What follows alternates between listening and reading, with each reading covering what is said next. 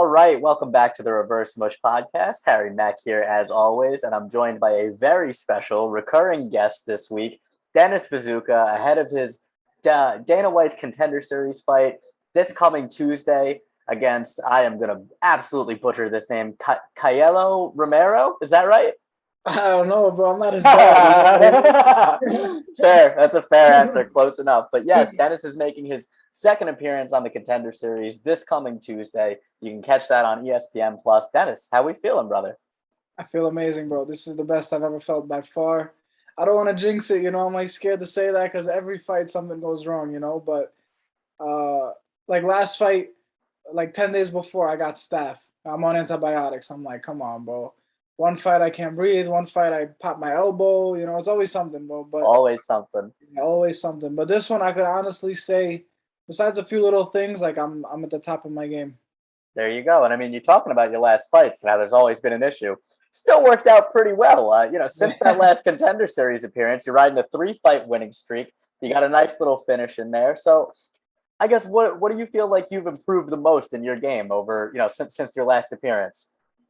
Just fight IQ, really, just overall everything, bro. Like now I know if a guy's trying to stall the fight with a lot of grappling or something, I know how to reverse him and when to turn up, when to pull back, when to push the pedal, and really fight IQ is what has advanced more so than anything.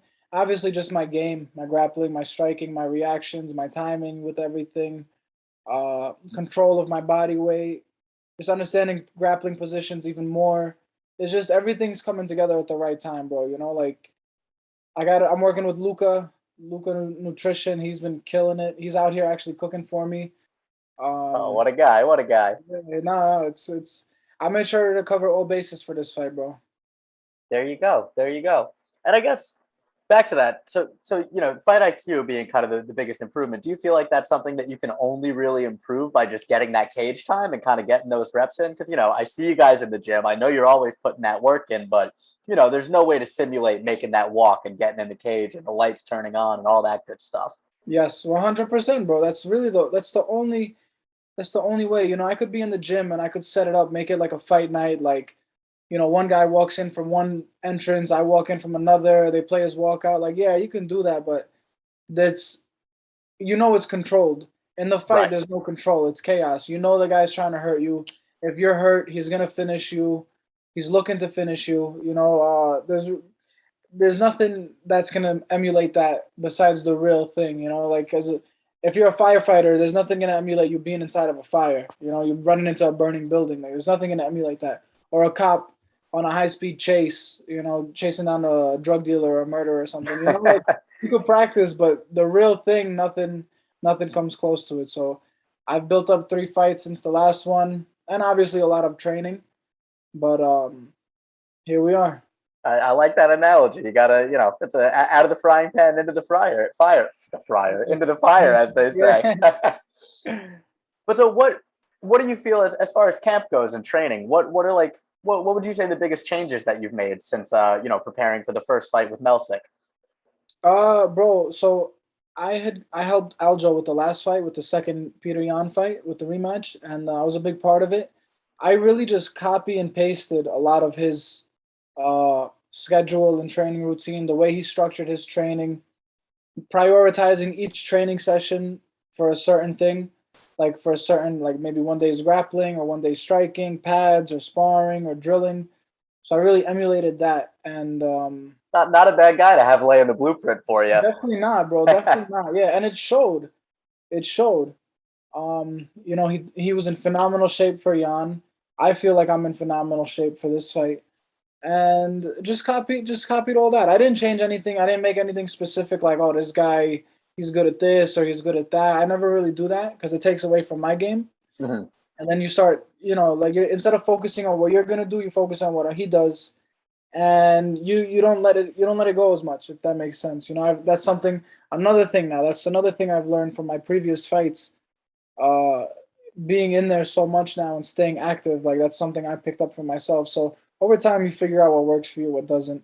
Right. Yeah. You don't want it to turn into that like game of chicken where you got it in your head, like he's going to do this and then I'm going to do this in response. Yeah. Like, Yep. Yep. got Yep. to just let it happen. And so Yeah. we, Exactly.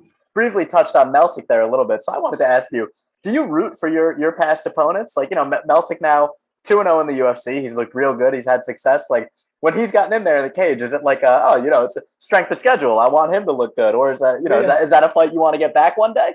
Yeah, I definitely want to get that back. He's a beast, obviously. He's an amazing striker. Hit hard. He was physically strong, too. Obviously, great fight IQ. It was a back and forth fight. It was exciting to look back and watch. I wasn't at my best, and I'm sure he had some things going on, too. Everyone does. But obviously, as a competitor, man, I'm a competitor. Like, I want to get, if someone gets me, I want to get you back. And we're fighting, we're not dancing together. We're hitting each other. So I definitely want to get that back. And not in a malicious way, but just as a competitor, just as my spirit. That's who I am.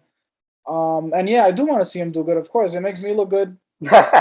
And I'm not a hater. If he beat me, he was the better man that night. I'm not a guy that's like, fuck him or whatever, blah blah blah. Even guys I beat, if we shared it, we shared the octagon together. There's like a certain respect that I have for my opponents, past and future. That war bond. I always have respect for them. When I'm in there, I don't respect you, obviously, because I have to fight you. But before and after, it's business for me. I don't make it anything personal. There you go. No, that's definitely a good way to look at it.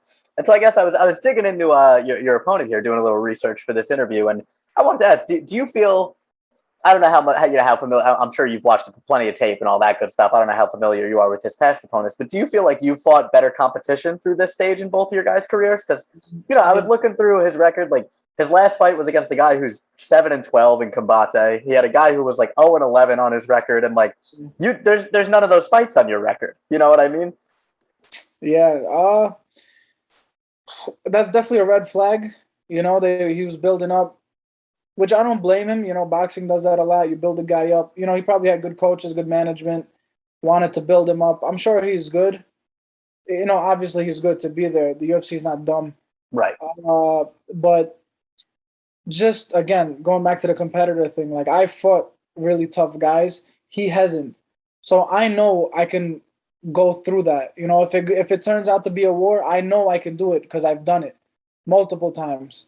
Not saying that's a good thing because I don't want to be in wars every fight, but I know that I have it. And I fought, I want to say better guys. He poses his own threats and his own risks, but I have fought more dangerous guys in their respects and more experienced, faster, stronger, some of them. The last guy was a great grappler.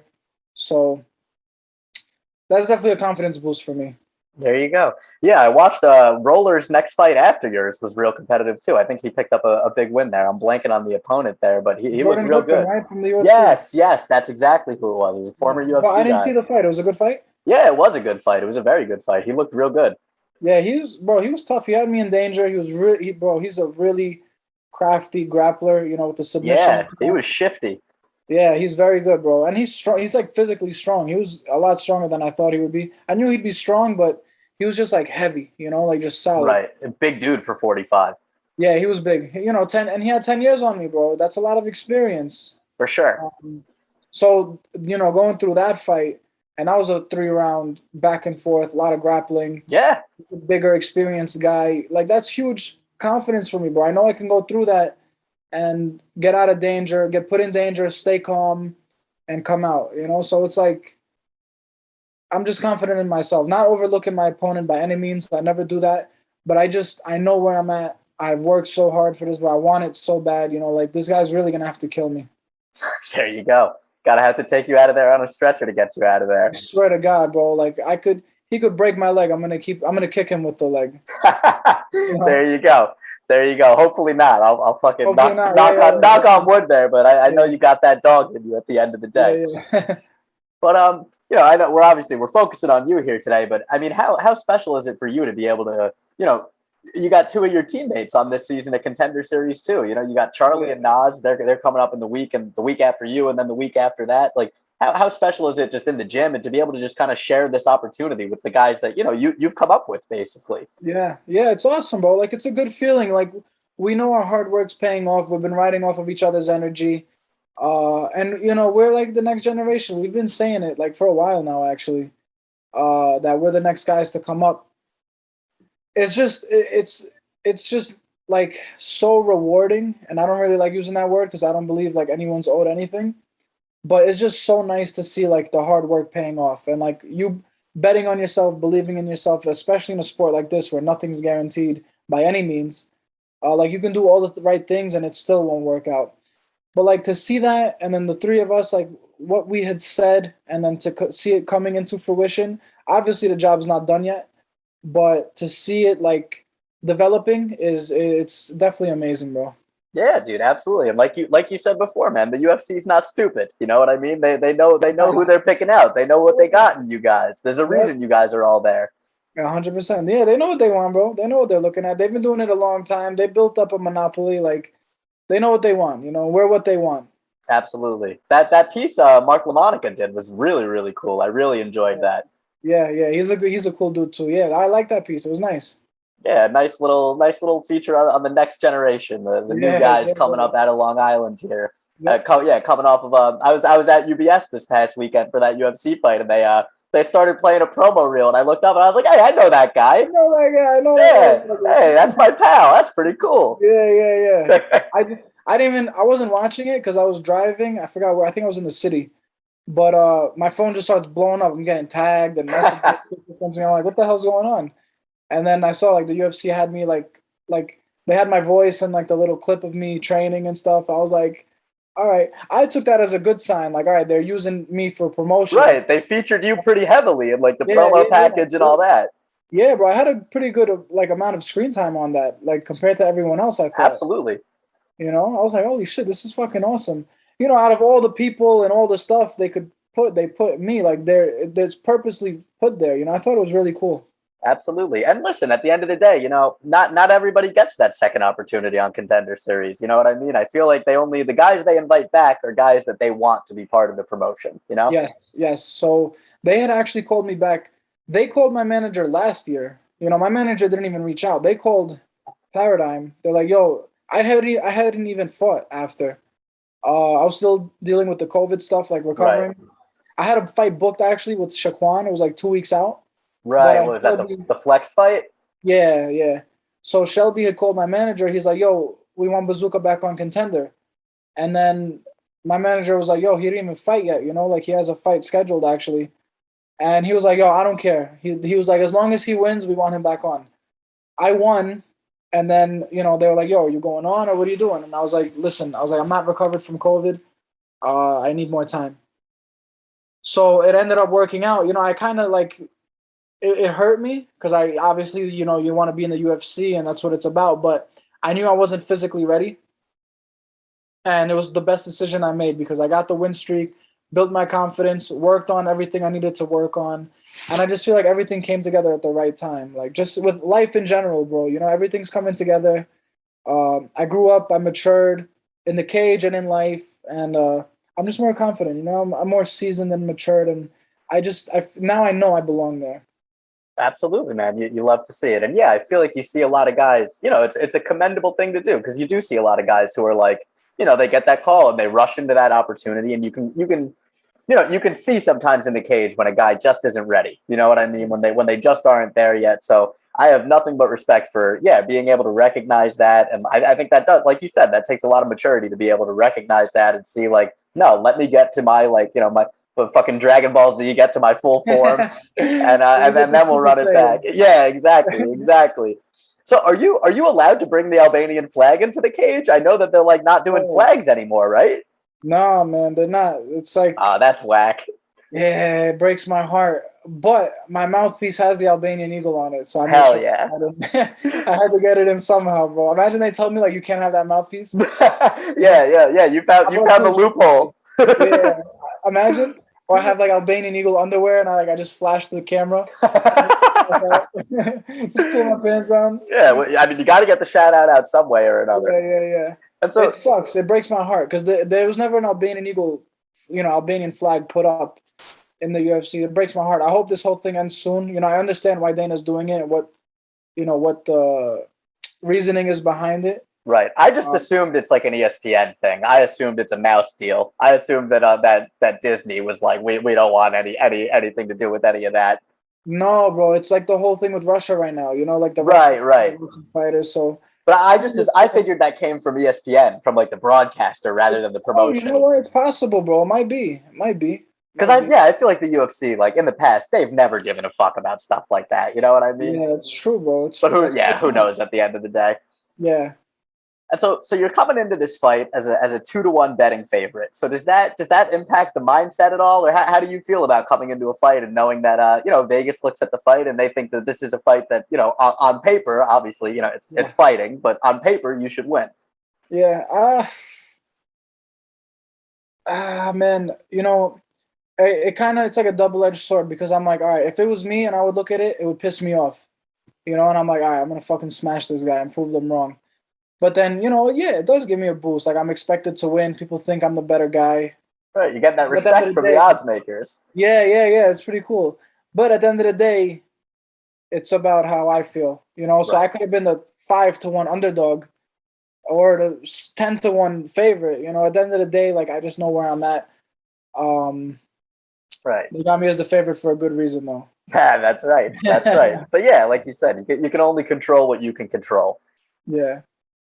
And so I guess talking about gambling a little bit, I saw you hit big on James Gonzalez at Bellator. Yeah, dude. So did I. I threw like $50. What was it, like plus 550, plus 600? But yeah, bro, you hit big there. So you've been dabbling. Dabbling a little now that it's legal in New York. Yeah. 100%. I mean, I was always doing it, kind of. I don't know if it's really everyone did it. I don't give a shit. I'll say it. But it is what it is. Dude, we all had a mom and pop book beforehand. That's okay. Whatever. I could have crossed over to Jersey. It's not a big deal. Right. Yeah. Nothing illegal. Yeah. But yeah, I do. I don't go crazy with it. Some people like take it over the top. I don't know anyone who does that. What? Take it over? Oh. Oh shit, that was good, bro. Oh man. Yeah, it's not like I'm looking at one or anything right now. No, but didn't you hit a sick parlay a few months ago? Yeah. I had a stretch where I hit a couple crazy ones in a row. I hit on the Ngannou fight. I hit a parlay for like 17 grand for like it was like eight fights. I had like Demopoulos by sub, Francis. I think Paul Craig by sub was in there. Like crazy shit. And then I hit big for like just under $2,000 on the Yuri card. I had another big one. Nice, bro. Yeah, not too bad. So that makes up for all of it, I guess. Right. Yeah, right. That's what we tell ourselves. Yeah. Yeah. But like for me, I'll put like maybe I don't know, like 20, 30, 40. It depends really, like how I'm feeling. Maybe I'll put like $70 a fight night, but in different parlays. But if one of them hits, bro, at any time, it makes up for all the losses. That's all it takes. They're calculated risks. I wouldn't call it gambling, but I would try to put like some small ones where I'm like, all right, this is kind of a lock, just to make up for it. Right. The ones, Right. You take your long shots, you throw a couple darts, and then you go big in the spots where you're confident. Yeah, exactly. Last few weeks, I haven't been hitting like that really. I hit actually on the Gamrot and Sarukian fight. I had Gamrot over 2.5. Okay. I had Gamrot by decision. I fell asleep during like the co-main, and I woke up and checked my balance, and I was like, "Oh, that's pretty cool. Where'd that come from?" Yeah. The best is when you forget, and then you check. It's like free money.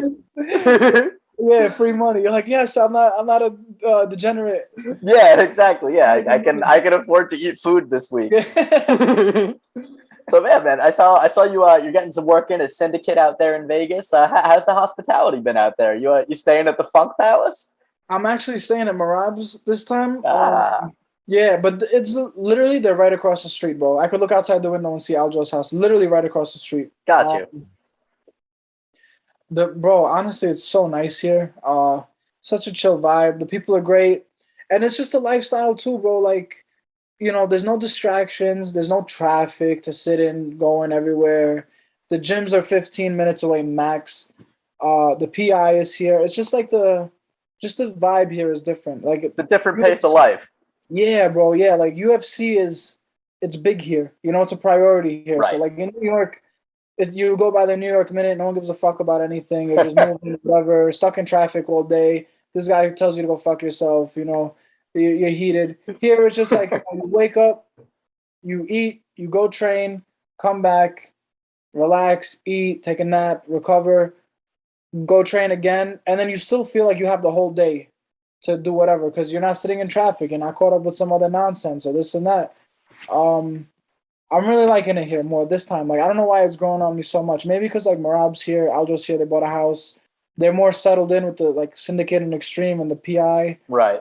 Maybe I feel like I'm becoming more a part of it too. I don't feel like kind of an outsider. Right. Yeah, you were in the corner for Aljo's title fight. Like, Yeah. yeah, Yes. you've been here before. Yeah, exactly. And like I'm fighting in the Apex this fight, and like I really do feel myself winning this fight. Like I just feel like deep down inside, a lot of people say like I'm confident or whatever, but like I just feel it deep down inside. Like this is my fight to win. After everything I've gone through, like I just feel like it's coming together at the right time. So I just feel like I'm becoming more like I belong here more. I'm There not you saying I'm go. leaving New York, but I just feel like comfortable here. Good. Comfort is good. But Yes. yeah, and I mean, I also think, of course, Ray Longo, the best coach in the sport. No one's going to take that away. But I actually think that John Wood at Syndicate is one of the more underrated coaches in MMA. I think he's done a really, really good job over there with that team and with a lot of the fighters on that team. And I like what they're doing over there at Syndicate. Yeah, Syndicate Extreme, they're both great. Eric Nixick at Extreme is awesome too. Like, yeah, this is the fight hub, bro. Like Las Vegas is the fight hub. You have there's a lot of training partners here, which is awesome. And it is a confidence boost too to work with other UFC fighters and to know what level they're at and to, like, you have good exchanges with them or whatever. It gives you like another boost of confidence to know where you're at also in your game and what to work on. And iron sharpens iron, so you got to keep each other sharp. There you go. I mean, hey, I got to watch you get some rounds in with Adrian the last time he was in New York. That was fucking awesome. Yeah, he's good, bro. I love his style. I'm a huge fan of him. Yeah, dude, he is fun to fucking watch. That Tony Kelly fight was awesome. That was So awesome, awesome. bro. Yeah, everything about it. Like the fuck telling him to go fuck himself, like the double bird and So perfect. in his hometown, it's just awesome, bro. I love stuff like that. Absolutely. Yeah, I can't wait to see what's next for him. But so who's going to be in the corner for you this Tuesday? So I got Ray and Aljo. I thought it was three. At first it was three, so it was gonna be Ray, Al, and Aljo. Right. But then they made it two. They told me like 2 weeks ago. I'm like, oh fuck, man. Like obviously it has to be Ray. And then like I felt like a piece of shit having to kind of like decide between Aljo and Al. But I talked to Al and he was like, you're working more with Aljo. You've been doing more rounds with him. Like he kind of knows your body more, so it would make more sense for Aljo. But Al's still gonna be there. Al's still gonna be in the Apex. He's gonna be there for the fight. He's coming out Saturday. He's gonna help with the weight cut and everything. So it's good vibes, man. I got my people here. The people I've been in the trenches with. I feel comfortable with them. Hell yeah. And so no, not if. When you win and you get that contract, what's Dennis Buzukja's first move as a UFC fighter? Is it a call out? Is it a purchase? What's the first thing that you do as a member of the UFC roster? Bro, honestly, so in my perfect little movie in my head, I beat this guy, finish him in the first round. I don't get hurt. I talk some shit on the mic. I want to fight August 20th, same night as Marab. 3 weeks later, 3 months. Hell yeah. Share the card with Marab. 3 weeks if I'm healthy, and I want to stay active as fuck in the UFC, bro. This is where it's at. I want to fight. I love to fight. There's plenty of opponents for me, especially in the beginning. So fight August 20th. I got my cousin's wedding in Italy August 28th. So I want to go to Europe right after the fight. I'll go to Albania, then to Italy. Spend like 2-3 weeks out there. Come back. Start training again. Help Aljo with his fight. He's fighting Dilsha. And then I want to fight at MSG, bro. Absolutely. I saw they just announced that, right? What is it, November? November 12th, yeah. Yeah, dude. I mean, dude, this last weekend we had a Long Island card with one guy from New York with Shane Burgos. What are we doing here? Yeah, but I mean, in the UFC's defense, they had booked the card before they had found the arena, before the venue was selected. So they already had the card laid out before they had found the venue. So they're getting a lot of shit for that, but it's really not like completely their fault. Actually, Billy Q pulled out, and I knew he had pulled out. Right. So I hit up my manager. I'm like, yo, bro, Billy Q pulled out. I'll fight Aljo. That would be a sick fight. Aljo was a Ring of Combat champion a few times. Like I was like, it would just be like another Ring of Combat title fight here at home. I'm the only guy, like local guy. I could bring so many fucking, I'll bring 1,000 Albanians like in a weekend. You know, just it would have been perfect, but it wasn't. You know, the other guy's opponent pulled out, so it just wasn't meant to be, anyways. Which is all good. Which is all good. It didn't take away from my focus for this fight. Like, this fight is. I'm tunnel vision on this one. There you go. Hey, my mother loves to tell me everything happens for a reason. So I'm Always, sure. always. Exactly. So I'm sure whatever the reason is, it'll all work out for the best in the end. Yes, I believe it. And you know, it gave me more time to cut the weight, to prepare, get square, tighten some things up. Bro, I'm just ready to go, man. I'm just ready to fucking take this guy's head off. No disrespect to him, nothing personal again, but it could be Business a is gorilla. business. Yeah, it's just business, bro. It could be a gorilla in front of me, and I'll fucking want to like. I want this so bad, bro. I can't even put it into words. Like, I have to win this. Absolutely. And I know you've been putting in that work. I know you're ready. So what fight ends? What is the first vice that Dennis Buzukja indulges after the fight ends? Whether it's food or maybe a little victory dart, whatever it may be. Bro, so I don't know if you've seen. I partnered up with a company called Stone Castle. Yes. Yes, they have some good wine. Great wine, bro. Great wine, great moonshine. Straight, and this is all straight from Albania, like from the grapes, the soil in Albania. But they have this brandy, bro, in a diamond bottle. I've seen the bottle, bro. It looks fucking dope. Yeah, it's so sick, bro. I'm gonna have to get me one of those. I got you. It's been aged 25 years in the barrel. Okay. So, and it's been aged in like a vanilla like barrel, like, bro, it's so good. And like the aftertaste is like maple syrup. It's such it's so good, man. It goes down so smooth. I brought a bottle here. That'll be like a celebration toast. Yeah, that'll be like our celebration, like toast to the UFC kind of thing. God willing, of course, everything goes to plan. But yeah, that's the immediately first thing.